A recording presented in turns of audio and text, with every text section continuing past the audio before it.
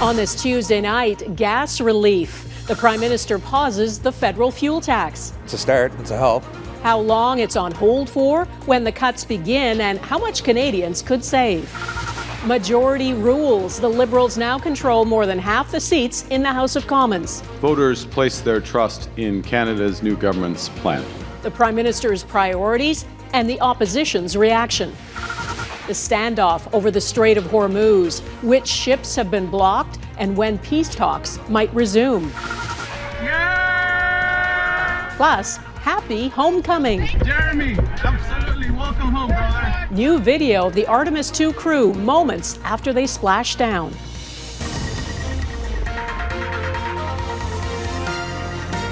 Global National with Donna Friesen. Good evening and thanks for joining us. Prime Minister Mark Carney says his priorities, now that his government has a majority, are to lower the cost of living, tackle housing shortages, and strengthen the economy. The Liberals won all three of Monday's by-elections, 2 in Toronto and 1 near Montreal, giving them enough seats when added to the MPs who have crossed the floor to move from a minority to a majority in Parliament. Voters place their trust in Canada's new government's plan. We accept their support with humility, determination, and a clear understanding of what this moment demands for our country. And Prime Minister Carney's first act with that majority is a break on fuel tax for Canadians. The federal excise tax on gas, diesel, and aviation fuel will be suspended until Labor Day. Mackenzie Gray has our top story on why Carney is doing it and how much Canadians could save because of it. Mackenzie. It's a modest fuel tax cut, Donna. On average, a 6% drop for gasoline, 2% for diesel. The Prime Minister's first act at the helm of a majority government. Canada's new government will temporarily suspend the federal fuel excise tax from next Monday until Labor Day. It's the Liberals' response to higher gas prices thanks to the war in Iran. A 10-cent savings on gasoline, 4 cents on diesel, plus a 10-cent cut on aviation fuel, as Canadian carriers have added fuel surcharges to tickets. The total cost, $2.4 billion. But the Prime Minister hinted the fiscal impact will be offset by higher taxes and royalties from increased oil prices, but provided no specifics, saying they'll be detailed when the spring economic statement happens on April 28th. When you're in government, you have to choose, you have to balance, and this is the balance we've struck. The idea first proposed by the Conservatives, but in the end it wasn't enough for Pierre Poilievre, who wanted the HST and the clean fuel standards eliminated for this year. The federal government collects 25 cents a litre on gas and diesel. Today, the Prime Minister announced he will offer only a fraction of that back to overtaxed customers. I was happy to see you cut the gas tax. Despite the glowing review, Manitoba Premier Wapkanu hasn't cut provincial gas taxes since the war started. Neither has any other province, who charge between 6.2 and 27 cents a litre. We'll look at other measures as well, but we are looking at this as a complete spectrum of the challenges we're dealing with, not just the fuel pump question. The Prime Minister said there is no guarantee that gas stations and oil companies will pass on the savings to Canadians, with another increase at the pumps coming on Wednesday. As summer gas blends are put into circulation, Donna, expect a 5 cents a litre price increase. Okay, Mackenzie Gray, thank you. The cost of filling your tank is a major pain point for Canadians and is driving up the cost of goods across supply chains. Heidi Petrachik has been talking to people about what getting a bit of relief means for them. I want to get the points. There's some relief at this gas station, knowing part of the federal tax on fuel will be put on pause starting Monday. I think that's good. It's necessary with everything that's going on in the world.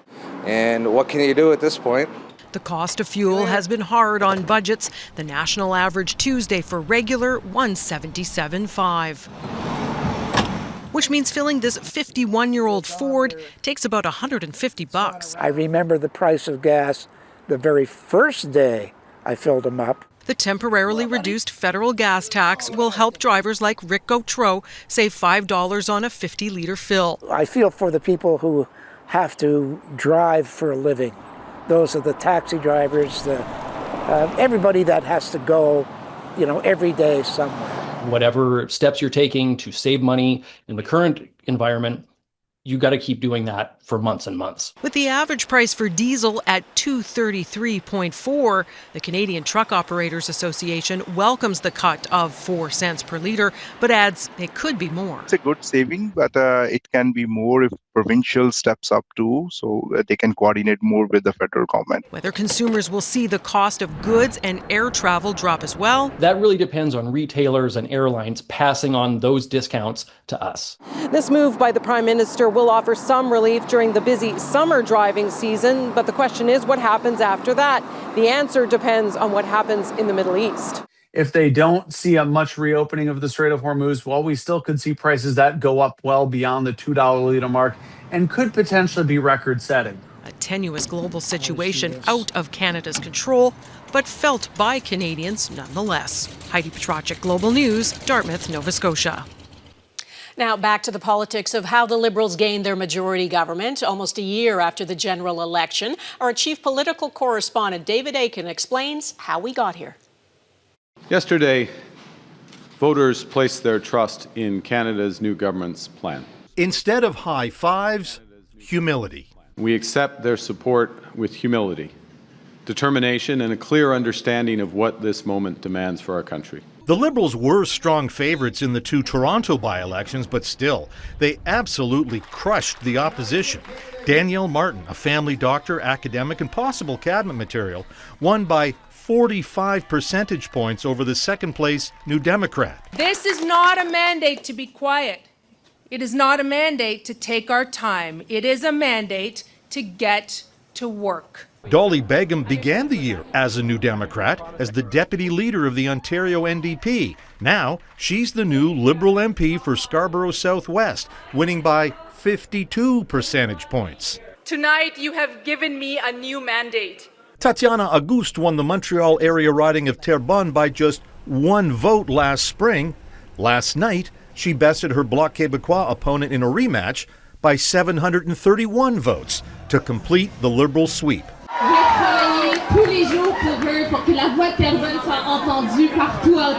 The secret to Liberal success? I think very clearly Canadians want government to govern, to take action. Now, as for what's next, Carney said he will not be calling a general election soon, has no plans for a cabinet shuffle, and he will not suspend or prorogue Parliament. But he will use his new majority, he said, to speed up legislation on things like housing and affordability. Donna. And David, the opposition leader continues to say the Prime Minister got his majority through backroom deals. Has there been any reflection on why more voters didn't turn to the Conservatives or the NDP in these by-elections? Well, there has been from the Bloc Québécois leader, Yves-François Blanchet. He acknowledged that many voters these days are anxious, fearful, with war in the Middle East, threats from U.S. President Donald Trump, and so on. And Carney, for many of those voters, represents security and stability. Because there seems to be no alternative about who is to negotiate with Donald Trump. So they want to give some support to the guy who said he could fix it, even if so far he has fixed nothing. And Blanchet noted that in Terrebonne, the Bloc vote largely held up compared to last year, but the Conservative vote collapsed from 19% a year ago to 3.3%. And that's a collapse that Blanchet said benefited the Liberals. Meanwhile, the Conservative leader, Pierre Poilievre, offered no such analysis or reflection. Instead, he continued to attack. This Prime Minister has manufactured a costly majority that Canadians rejected in the last election. He did it through dirty backroom deals against the interests of the people. Earlier this week, in fact, Poilievre said Carney had a lot to learn about how to run an economy. Mr. Carney is very badly educated on economics, and that is why he has been wrong on every single economic issue of our time. Carney, who of course is a former Bank of Canada governor and Bank of England governor, seemed bewildered at the suggestion. Pierre Poilievre called you badly educated in economics, and he did. Wow. Carney was also asked if he was going to run again, and he seemed surprised by that question too and said he had no idea if he would. Now, as for Poilievre, he actually told the House of Commons he plans to lead the Conservatives into the next election, whenever that may come. Donna. Okay, David Akin in Ottawa. Thanks, David. There's a new projection from the International Monetary Fund on where the global economy is headed. It predicts Canada will have the second fastest growing economy among G7 countries this year and the next. The IMF projects the U.S. will have the fastest growing G7 economy, followed by Canada and France. Prime Minister Mark Carney says he expects Canada will avoid a recession, but the wider IMF forecast is more dire. It says the war Israel and the U.S. started with Iran threatens to throw the global economy off course, and there's a risk of a prolonged global recession. Economic conditions are deteriorating sharply, driven by disruptions to supply chains, including energy markets. Global growth is downgraded for 2026, and global inflation is expected to rise.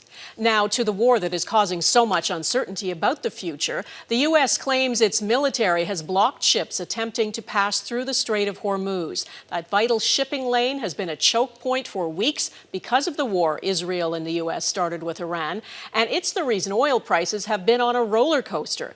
The U.S. president now claims peace talks between Iran and the U.S. could resume this week. But for now, as Redmond Shannon reports, the U.S. blockade is in place and appears to be a bargaining tool. The U.S. military says more than 10,000 of its troops are now involved in preventing merchant ships sailing to and from Iranian ports. It says 6 vessels have so far obeyed its orders to return to ports in Iran. But ship tracking data appears to show a handful of US-sanctioned ships from other ports, reportedly with links to Iran. They passed through the Strait of Hormuz Tuesday, but turned around or stopped before making it to the Indian Ocean. Ships can turn off or divert their apparent locations, so it remains unclear exactly how well the US blockade is working, imposed as Iran's restriction on trade from the Gulf enters its 7th week. If the Iranians are going to try to engage in economic terrorism, we're going to abide by a simple principle that no Iranian ships are getting out either. Their problem at the moment is to be credible with this blockade, because if they are not credible, it's not going to help them achieving their political diplomatic goal during the peace talks. This maritime security expert says the US faces the dilemma of what to do with Iranian oil ships bound for China. Beijing relies heavily on Iranian oil exports. It has not threatened to intervene, but it joined Iran in criticizing the blockade. Chinese President Xi Jinping said Tuesday the world must work against returning to what he called the law of the jungle, an apparent reference to the US-Israeli war in Iran. US President Donald Trump says talks with Iran could resume in Pakistan in the coming 2 days after they collapsed on the weekend. The key sticking points remain Iran's nuclear program and shipping through the Strait of Hormuz. Donna? All right, Redmond Shannon, thank you. Lebanon and Israel have held their first direct diplomatic talks since 1993, and the U.S. says all sides have agreed to more. The rare meeting in Washington was aimed at ending the fighting between Israel and the Iran-backed militant group Hezbollah. Hezbollah opposed these talks and was not there. In a statement afterward, the U.S. did not call for an end to Israeli strikes on Lebanon or withdrawal from Lebanese territory. It did express support for Israel's right to defend itself from Hezbollah. And today there was more fierce fighting. Israeli airstrikes reportedly pounded parts of southern Lebanon, including the area near the main hospital.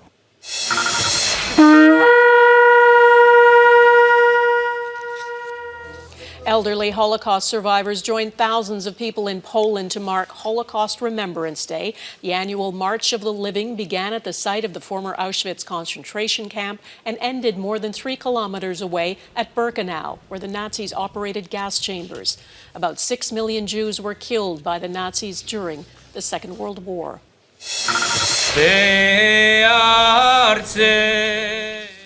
The day was also marked in Ottawa at the National Holocaust Monument. Members of the Jewish community were joined by diplomats, politicians, and faith leaders. The ceremony included a call to remember the past and continue to fight against hatred. Healthcare for refugees in Canada coming up. The uproar over cuts that are coming.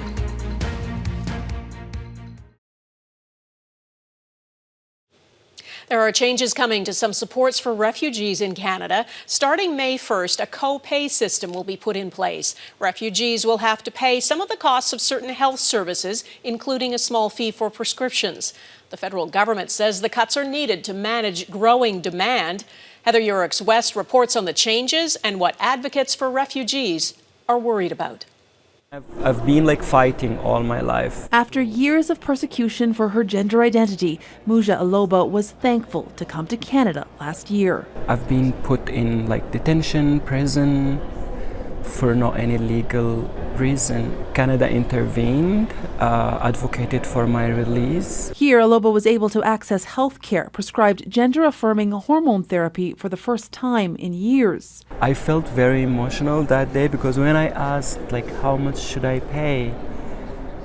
The pharmacist just said, no, you won't pay anything. Since 1957, Canada has ensured refugee claimants receive full short-term extended health care, covering doctor's visits, medications, dental and mental health supports in full for a period that typically lasts 90 days. Many of our refugees come with neglected chronic disease, acute medical illnesses, mental health challenges because of the journey that they've been through. Dr. Annalie Coakley says providing a full spectrum of health care to new arrivals helps prevent more serious and costly emergency medical care down the road. But beginning next month, the federal program is scaling back its refugee health coverage, requiring a 30% copay for extended health services and $4 for each medication prescribed. When you arrive with nothing, no money in the bank, and you're living in poverty, that $4 per prescription is a lot of money. When we come here, we were promised at least safety, dignity, basic needs met. I just see it as abandonment. It's why advocates are calling on the government to reverse the planned cuts, warning they will cause harm to a group of people at their most vulnerable time. Heather Yurex West, Global News, Calgary. Still ahead, from hail to destructive tornadoes, the severe weather sweeping across the U.S.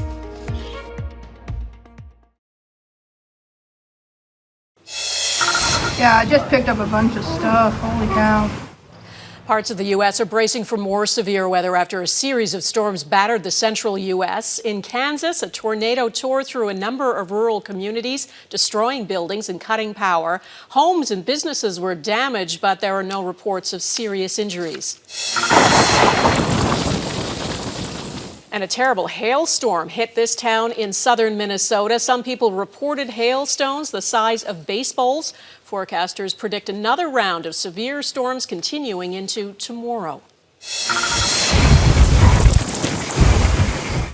A massive storm system is barreling towards the northern Mariana Islands in the northwestern Pacific Ocean. Super Typhoon Sinlaku is the strongest of the year so far. It made landfall as a Category 4 storm. About 50,000 people live in the region. Next, the first Canadian basketball star to sign with the Toronto Tempo.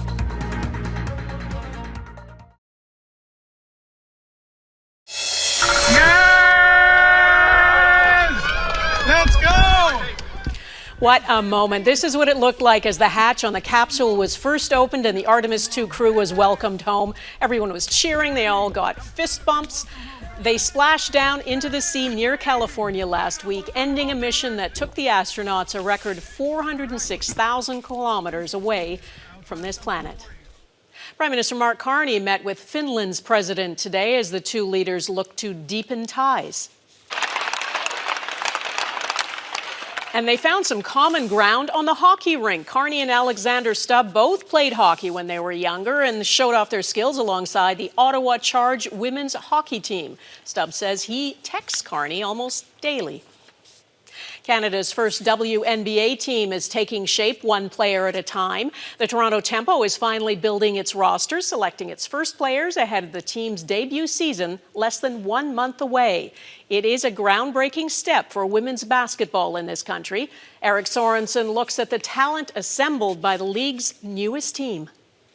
Commissioner Kathy Engelhardt knew this was making history. With the 6th pick in the 2026 WNBA draft and their first ever pick, the Toronto Tempo select Kiki Rice, UCLA. Kiki Rice, elite scoring guard from NCAA champion UCLA, now the first draft choice by the first WNBA team outside the United States. But that's not all. Kia Nurse made history too, the first Canadian to sign with Toronto. To finally be able to play on home soil and play for Canada's first ever WNBA team. Little me in Hamilton 20 years ago, this would have been in my wildest dreams. And I wouldn't even have thought this was a possibility. So this is absolutely insane. Nurse, a veteran, can mentor young players like Kiki Rice about basketball and her new surroundings. I have not been to Toronto before. I've heard really great things about it. Rice says she expects good things here. You can just tell from every interaction that I've had, from everything that I've heard, that Toronto is going to be a great organization, really well run, and it starts at the top. Names like Marina Mabry Good job, guys. will become familiar. A whole new group of professional athletes will call Toronto home. Meet Brittany Sykes. What's going on, Tempo fans? It's Slim here. I cannot wait to get to you guys. I'm so excited. Can't wait to land. And Julie Almond, originally from Belgium. Hi, Canada. This is Julie Almond here. I'm so excited about this new season. I can't wait to get there. Et je peux parler français en plus, so I'm really happy about that. For Kiki Rice, a message from Vince Carter, a basketball icon, about the opportunity here. You get to represent that Toronto Tempo. You get to represent the city of Toronto. Remember, you are a part of history. Go make your legacy. Go have fun. Go Tempo. At the beginning of April, the Tempo didn't have a single player. Now the team is coming together, their first exhibition game 2 weeks from now. Eric Sorensen, Global News, Toronto. And that is Global National for this Tuesday. I'm Donna Friesen. Tonight's Your Canada is Sayward, BC. We'd love to see your Canada. Please email it to us. And thanks for watching. Hope to see you here again tomorrow. Bye-bye.